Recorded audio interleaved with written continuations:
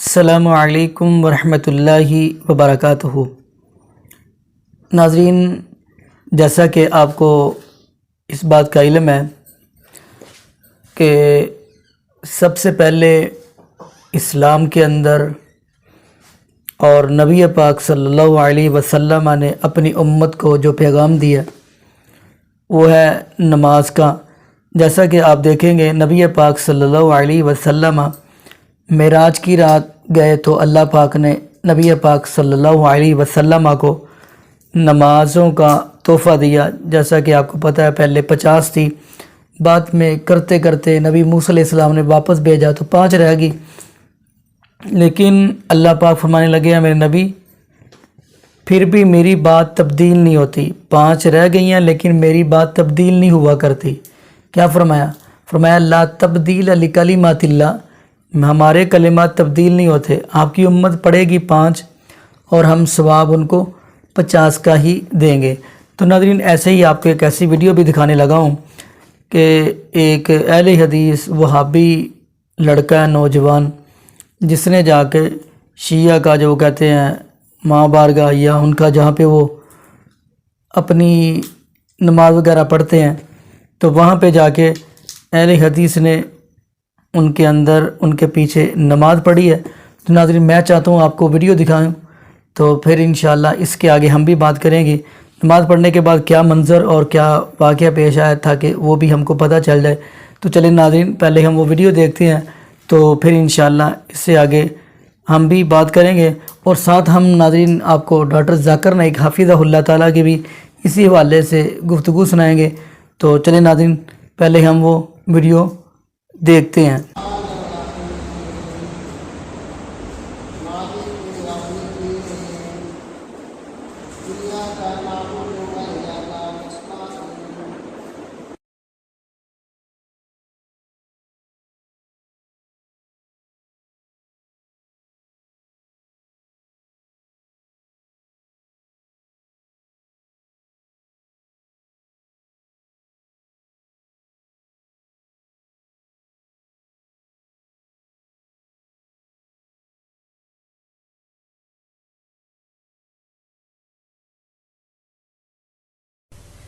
I'm Joseph Fernandez, working in a call center.